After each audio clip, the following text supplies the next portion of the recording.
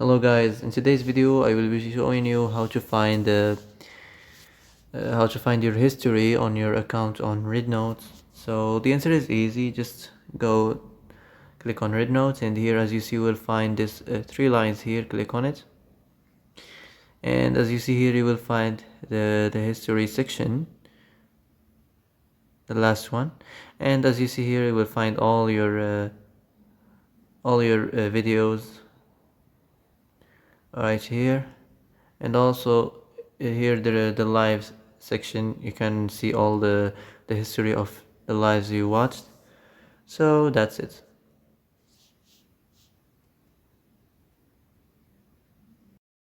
So that's it for today's video. I hope this is the answer you've been looking for.